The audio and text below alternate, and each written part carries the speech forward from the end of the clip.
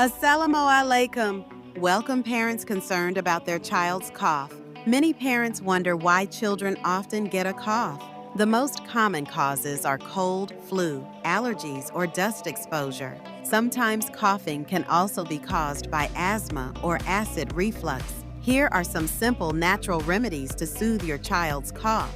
Give your child warm water or soup to keep the throat soft and hydrated. Mix honey with a pinch of turmeric to soothe the throat and fight infection. Let your child inhale steam to clear the nose and chest. Keep the room clean and smoke-free to prevent irritation.